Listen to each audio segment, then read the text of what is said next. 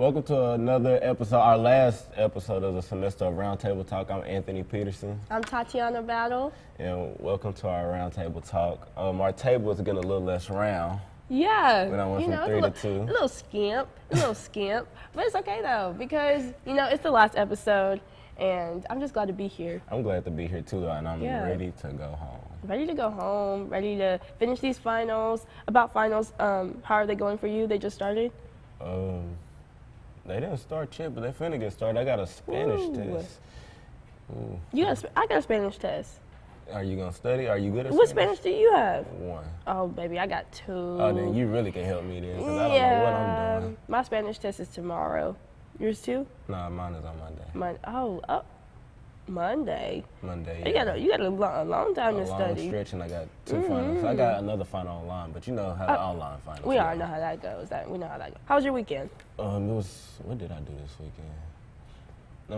It was good, I guess. I stayed at home, probably played the game. I went to work for the last time on Sunday. I was so happy when I called in on Tuesday. I ain't never coming back. That's it. It's time to go home. It is. It's time to go home. I had a pretty good weekend, too. I went to something I had never been to before. This year, I've been trying to venture out, do things, differently. I went to something called Swim Jam. Swim Jam 2K19 at Texas A&M. Shout out Texas A&M. But, I went and, I'm a girl, so you got that stereotype of, we take long to get ready. So, of course, I got there as soon as everything was over. And everything was shutting down. We did too. We got profiled over the weekend. Actually. Profiled? That's why I was trying to figure out what we did this weekend. Hello. Because we wanted to go to Swim Jam and we got pulled over. We got pulled over by PV. On their way there? On the way there. Oh, that was y'all. Oh, I saw that. And I was like, was somebody standing in the grass? Yes, my best friend. They had him in the field. Gosh, I said somebody over there standing in the grass, and then they got one outside the car. That was y'all? That was him. I was in the car. Oh, you was in the car? Mm-hmm. Oh, if somebody had a red shirt? Yeah, sure. Oh, wow. Oh, that's so sad. Yeah, but you know what? Was profiled. They profiled when we got to Texas A&M. They were doing that a lot, actually. Yeah, a police officer had his gun out. Yeah. Why did he take his stick out? That's what they call it, the stick. But, okay. I don't know. He said he brought it out because he said we was talking about bringing them out. Whoa there. Calm down, Texas Ranger. Huh. No, but honestly, I feel like they're so harsh on college students and young people when it comes to stuff like profiling. I think they think of us as ignorant, and they think of us as having attitudes. But really, a lot of us were raised respectfully, with lots of manners, and I think they kind of come off they just feel as if we're going to come at them very harshly, so they just come at us harshly before we could do it to them. But I don't think that's right. I don't think it's right either, but, it's nothing that's ever just changed like that. Yeah. Let me not say that. People have always been that way. People have been that way. As you get older, hopefully they see the error in their ways, but you never know. Oh, that's so sad. Y'all didn't even get to go. We didn't even get to go. We ate Whataburger, though. We got 2 free fries. 2 free? Y'all got the hookup? There's a plug in there? Are you plugged in there? I guess so. Oh, wow. Let me tell you about Whataburger. I'm not going to lie to you. The very first time I had Whataburger, I thought it was gross. I thought it was so nasty. And I think it was the one I went to. Then I got to Texas and had it, because I had it in Florida. Got to Texas and had it. Can't stop getting that honey barbecue chicken finger sandwich. Can't stop getting it. That's all I get. And then I get me a nice large Powerade or a lemonade. Whoo. This is who you really are, too. Phenomenal. It's phenomenal. I love it. But, I didn't even have that great of a time at the Swim Jam. I wanted to get some good pictures, didn't get any good pictures, but I did meet a lot of different people from all the different types of schools. There was people there from, UT. UT,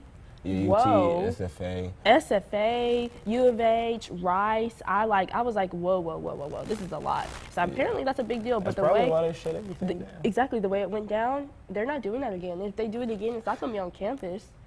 And let me tell you something right now. If they do it again, I'm getting there early before it gets shut down, because I didn't get to experience it at all. And I'm not gonna lie. Everyone had on bathing suits or whatever. I didn't have it. I didn't have a bathing suit on, so I stood out a little bit.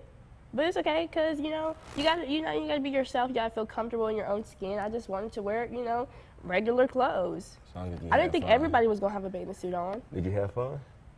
I had fun, I had fun. No, I didn't. I didn't. But it's okay because everything is an experience, and I feel like, why not just try it out? You never know, you might like it. So I tried it. But there's some things some things you don't need to try. Some things you don't need to try. I feel like I did waste gas. Driving there, but I'm a driver. Like, I really enjoy driving far and just getting in the car and just going. So, like, it didn't bother me as much as it bothered me that it was, like, gas. I didn't mind the drive, though. The drive was really easy.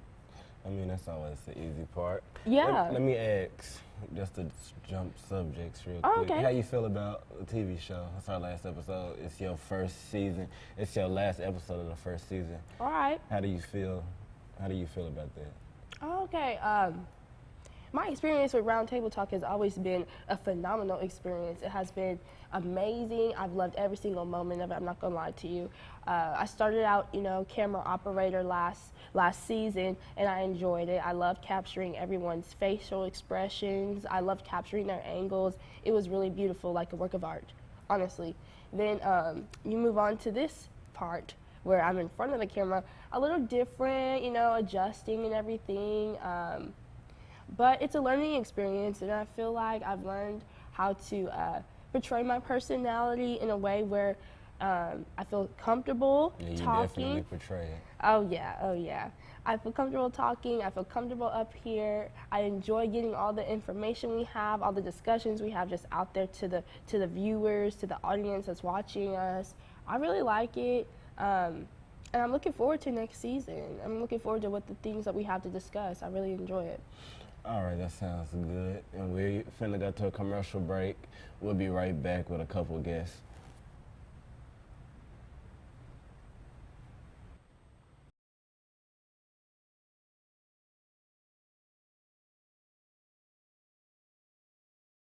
At Prairie View A&M University, we've been igniting passion in students for more than 140 years. It's about inspiration. It's about global influence. It's about self-expression and individuality. It's about trailblazing a path of excellence. It's about engaging in the greater community. Above all, it's about helping you realize your dreams. Ignite your passion. Experience Prairie View A&M University. Traditions are not made overnight. They are created through a legacy of excellence and a commitment to something much greater. For more than 135 years, Prairie View A&M University has provided students with a strong academic foundation, a unique college experience, and the opportunity to make their mark on the world. This is a place where friendships are formed, discoveries are made, and dreams are realized. This is Prairie View A&M University.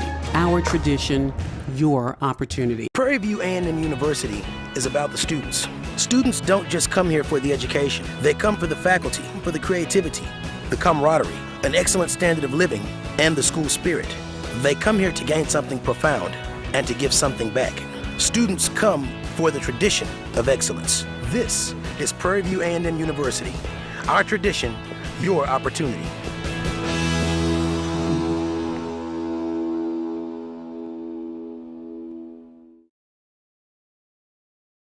At Prairie View A&M University, we've been igniting passion in students for more than 140 years. It's about inspiration. It's about global influence. It's about self-expression and individuality. It's about trailblazing a path of excellence. It's about engaging in the greater community. Above all, it's about helping you realize your dreams. Ignite your passion. Experience Prairie View A&M University. Traditions are not made overnight. They are created through a legacy of excellence and a commitment to something much greater. For more than 135 years, Prairie View A&M University has provided students with a strong academic foundation, a unique college experience, and the opportunity to make their mark on the world. This is a place where friendships are formed, discoveries are made, and dreams are realized. This is Prairie View A&M University. Our tradition, your opportunity. Hey guys, welcome back to the Round Table Talk. You guys might see some familiar faces. Why don't you guys introduce yourselves? Well, I'm Lamaya Polina, former co-host of Anthony hates me. Former co-host of the Round Table Talk, actual current host of the Breakthrough for Prairie View A&M. Ooh. And I'm Zach Collins. I would say senior lead anchor of Panther Sports Zone, former PV football player, and stuff. Awesome. So, how you guys feeling about, it's the end of the semester, graduation's right around the corner. Girl, I'm ready to get up out of here. I'm done. Very much I am so. so done. Yeah. I feel like I've done all I can. I've done everything I thought I could do and more, and I am happy and satisfied with leaving the school and venturing into another endeavor. Awesome. Zach, what about you? I'll say with this being like my third school I've been to, because I transferred my freshman year and my sophomore year, like this was the best decision of my life. Like everything I wanted to do, like every box I had like checked, is happening. Like I didn't expect to be in front of this. I didn't expect to do, I had goals, but they like, PV helped me accomplish them. And it put me in a place to where I feel comfortable like knowing where I'm going. Now, where I go next, I'm not too sure, but it puts me in a better feeling than I feel like I would have had at the previous two institutions I was at. What makes y'all so ready to leave? I know I'm ready to go myself. Hello. But What makes sense? But what makes you so ready to get out? Like, now that y'all getting out, what makes y'all, why? For one, I've been here too long. It's about 5 years for me, and I just feel like, you know how you feel when you start to outgrow something, and there's really nothing you can do to make that feeling go away.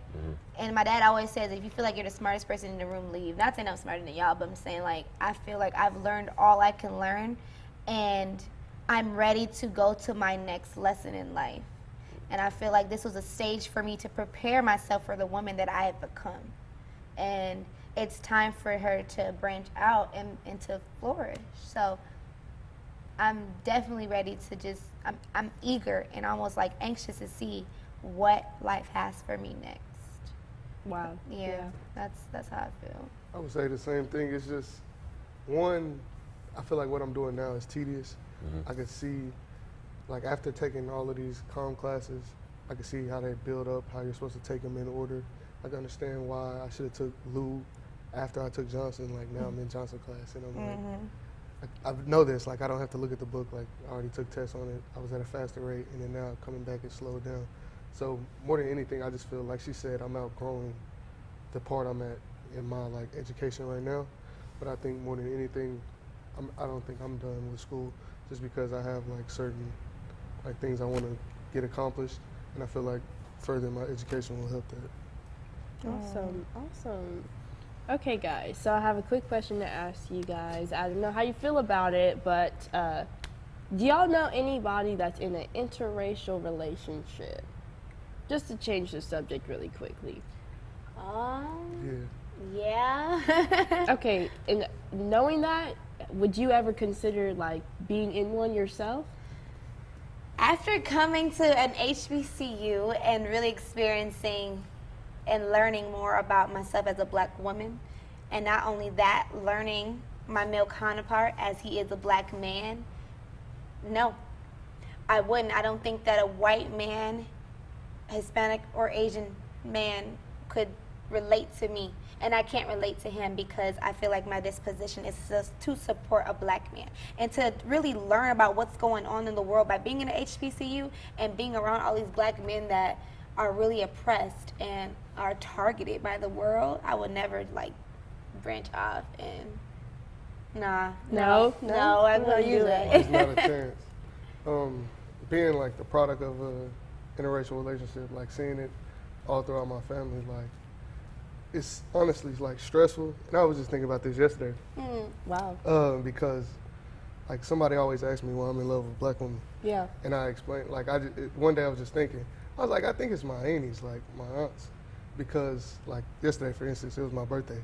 Both of them called me and sang me like the full happy birthday song, and nobody else does that. Like anytime I would go see them, like anytime I stay with them, they take care of me, just like my grandma. So For me, I've never dated anybody that's not like black, and like people look at me and they think that I'm not, but like my father is, but you don't know that unless we have a conversation. Right. Or open my Yeah, mouth to just you. figured that Yeah. out. Look, we just found out. So, but no, I don't date outside of it, just because, like she said, it's not an understanding. It's not something I want to do.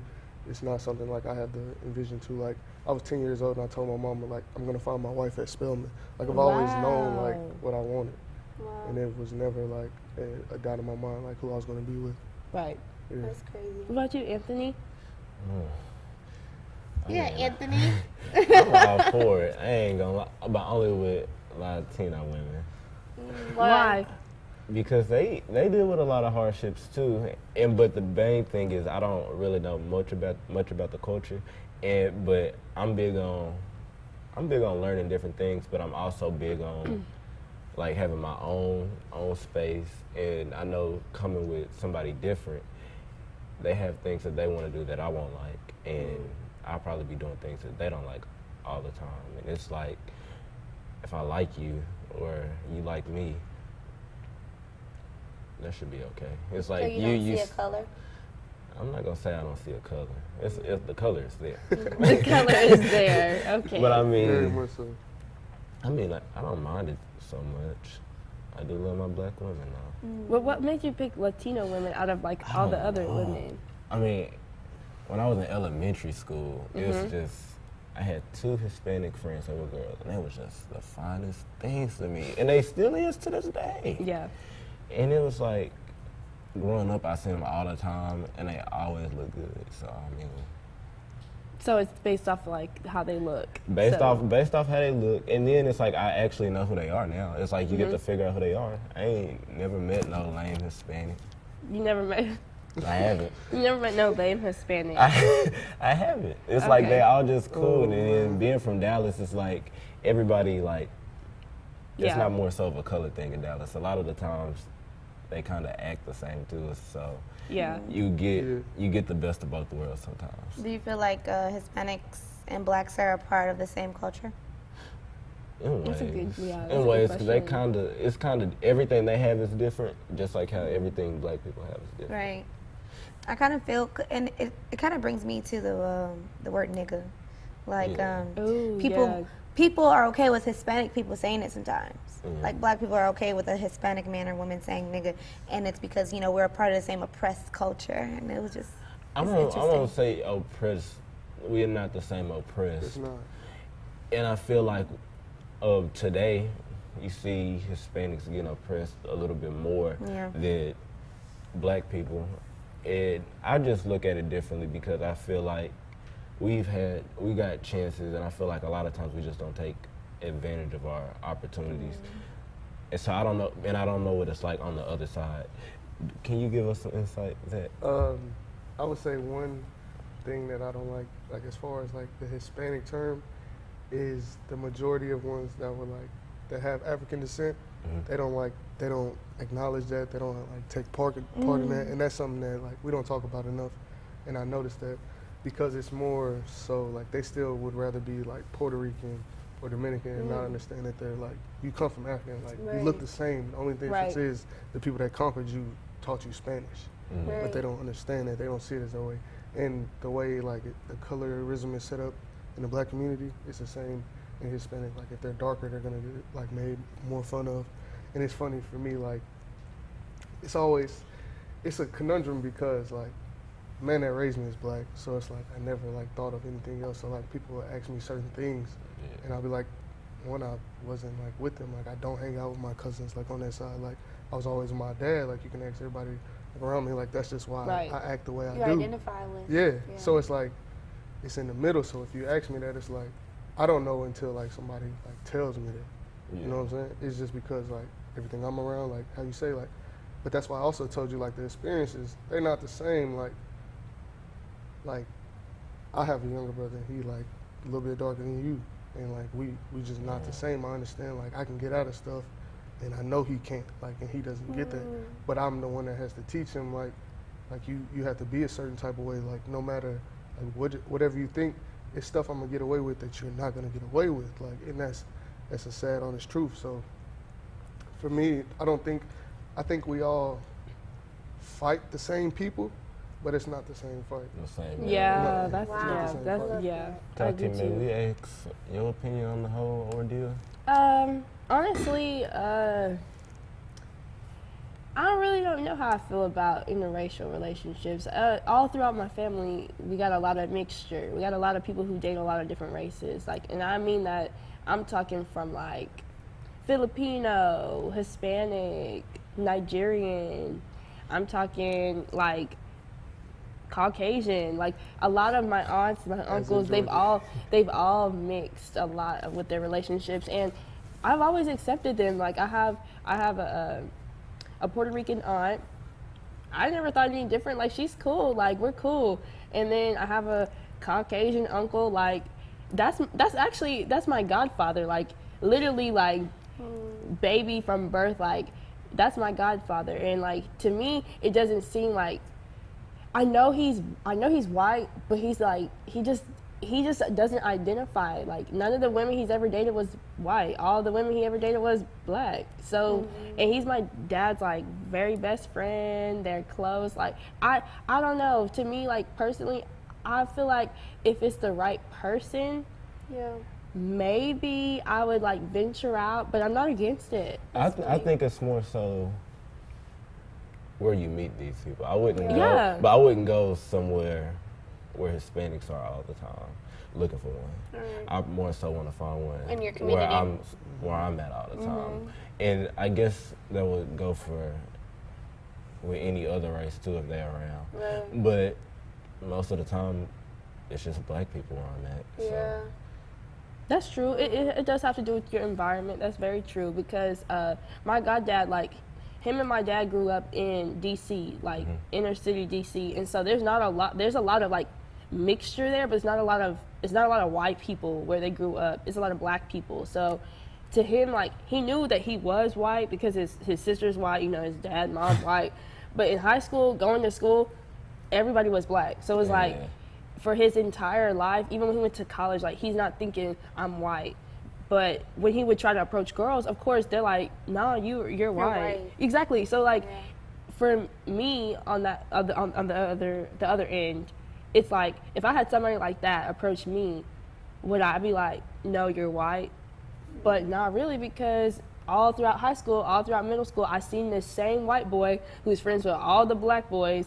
So it's like, to me, I'm not thinking like, I'm not looking at his skin color. I'm looking at like how he how he is as a person, how he just like socializes, all that. Kind of like my dad. My dad is biracial. My grandmother is white, and then my grandfather is my grandmother is Irish. My grandfather is Irish and black. So I'm mixed. See? But my dad looks like Zach. Little Like, Irish. yeah, I'm Irish. But I've never identified as being Irish or white or anything like that because of where I've come from. But my father is Zach's color. My dad kind of got like Zach's hair, just a little bit like curly. But he never identified as a white man either. Yeah, that's how my mom is. She found out that she had white people in her family. She said, don't even bring that up no more.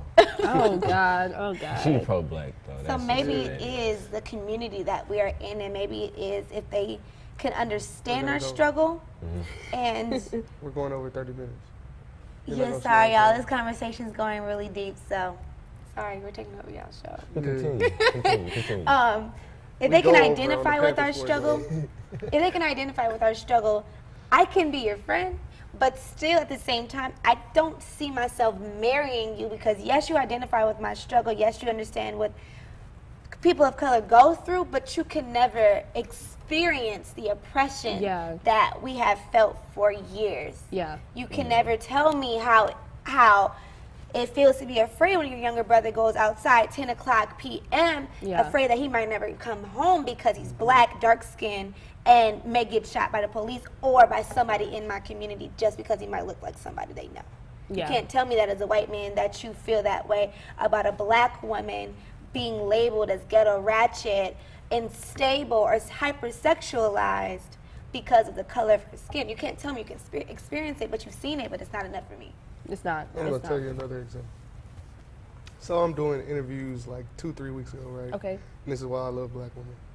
So, of course, I got my phone, I set up. I do everything by myself. I do it on my phone. I don't Yeah, need you do. anything extra.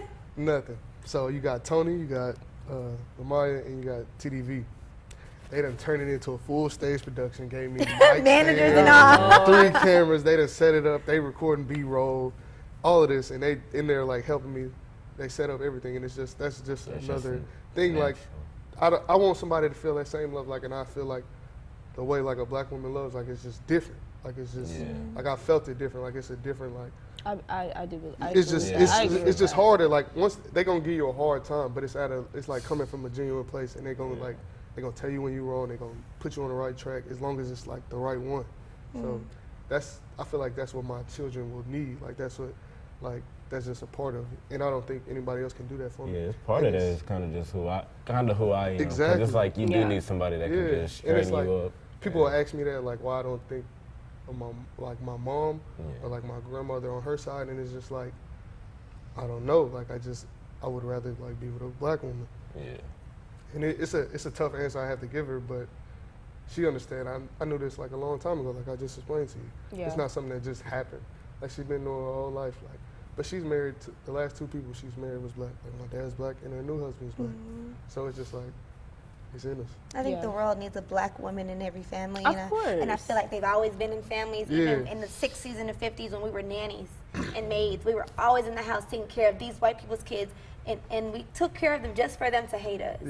Yeah. In the end, just like their mothers or their fathers would just diminish our disposition and diminish like our power. Yeah. But we still took care of your children and your children's children. So I don't know. How Women are just something different. Zach just answered how like his family would feel about like if he brings a black woman home and like because they know already. How would y'all's families feel if y'all brought like the opposite race home? Well, Mm-hmm. I mean, They ain't against, like, I'm going to Yeah. explain to you too. Like, Yeah, my family's not against it. yeah, they not against it. yeah.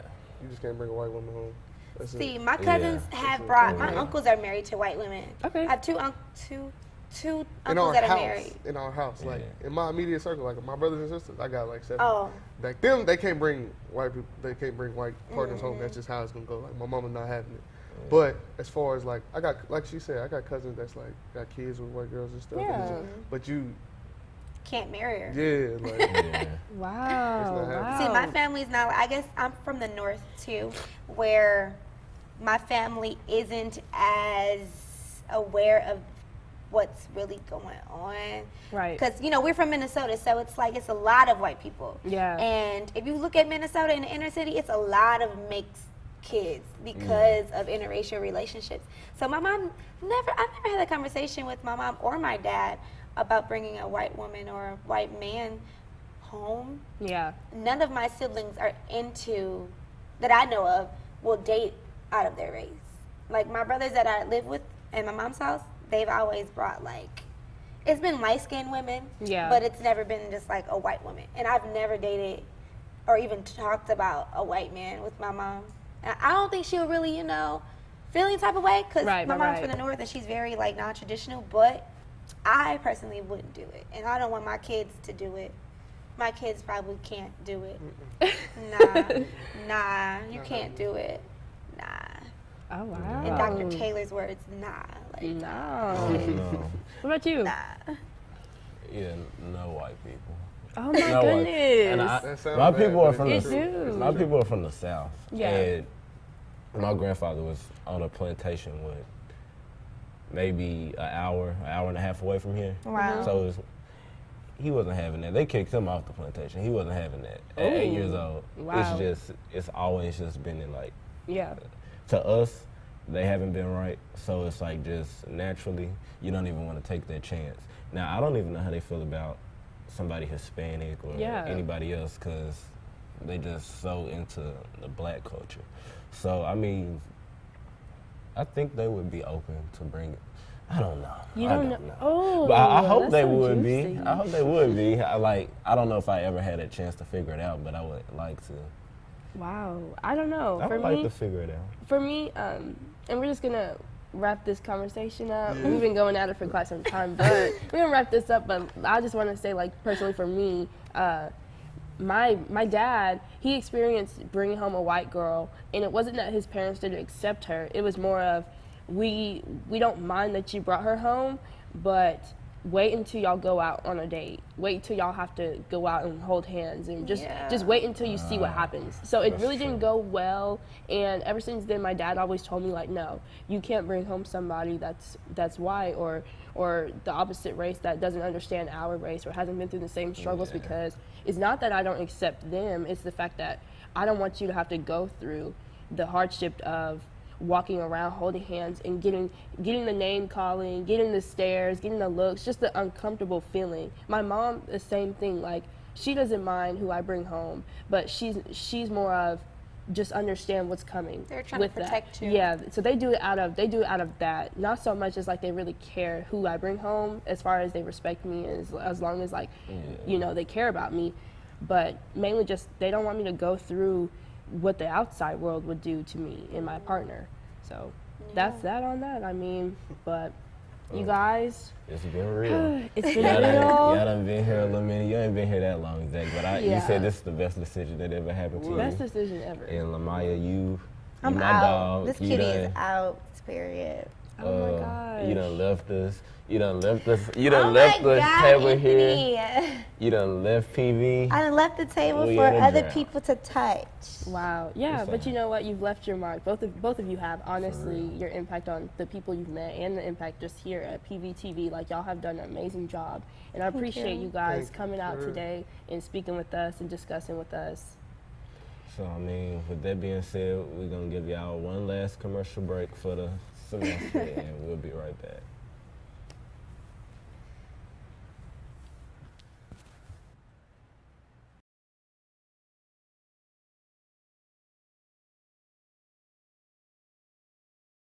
Traditions are not made overnight. They are created through a legacy of excellence and a commitment to something much greater. For more than 135 years, Prairie View A&M University has provided students with a strong academic foundation, a unique college experience, and the opportunity to make their mark on the world. This is a place where friendships are formed, discoveries are made, and dreams are realized.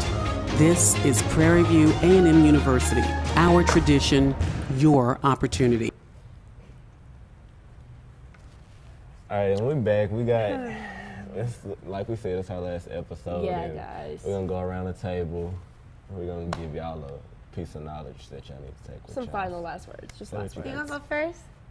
Oh, I mean, Go ahead. make sure you know what you want to do before you do it. I think this year was the year I learned that a lot of things took college for me to learn.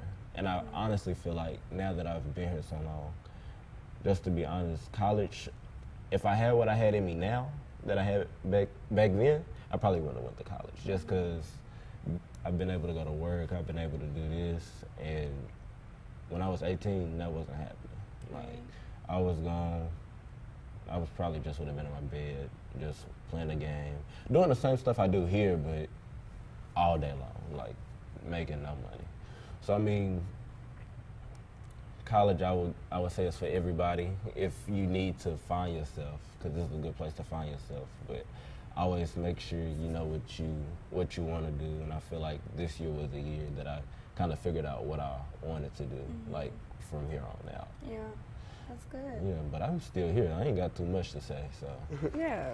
You here a little bit longer than us, so go ahead and speak your piece. You're gonna be able How to you gonna speak your get through piece these for a next 2 minute. years? All right, so, you know, honestly, every day I always think like new opportunities, fresh start. I take it day by day. I don't ever try to do this whole like 5 years from now. I mean, of course, like they ask you this in interviews, they ask you this before you get to school. And of course, you know, I have a formulated answer, but inside of myself, I always just take things one day at a time, because you never know what's gonna come at you. So I think the best advice to give to anybody as far as like college, as far as life choices in general, take it one day at a time. And I heard this before, and I think Lamaya said it, smell the roses. I think Lil Wayne said. You know what? Lamaya, Lil Wayne, same thing. Same thing. Just take it one day at a time. Yeah. What you got to say? This is your last time being on this camera, at least for a minute. Well, I can be on tomorrow too, so then don't go forget to watch the breakthrough at 12. tomorrow, Thursday. Excuse me. Yes. Anyways, one thing, if I was to ever leave you with anything that mattered in your life, I would tell you something I would tell myself. You don't even know who you're going to become.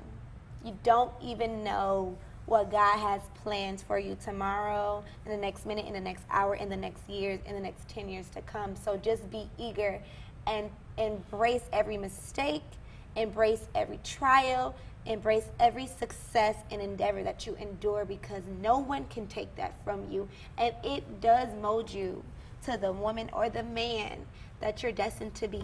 Your steps are already planned out. You just got to step into them like footprints. So just be eager and be faithful and be obedient and be open. That's awesome. Ooh. I'm putting that on my Instagram for sure. But show that. You gotta put Run that it on back, there. Turbo. Oh, that's a big one. Oh, wow. What I want to lead them with, I would say you got to take everything that comes with this journey. Like if I sit here and name off everything I've experienced, like I just told you, I transferred twice. Started in Huntsville, Alabama, and went to College Station, then got here. Along the way, got in like 2 wrecks. I flipped like 4 times. Got told I wasn't gonna play football no more. But it just, you keep going, like, no matter what. Like when people, like it's funny because now I got his face on my leg. People like always like, you just did that because he died. No, I put the marathon continues on my leg like last year, like 2017. Because it just means like you can't get caught up in like your downfalls. You can't get caught in these low moments, because it happens. Like I smile a lot, like, and I make it seem like it all works, but it's a lot that goes into this journey, and it's one like it's gonna be some lonely days on the journey.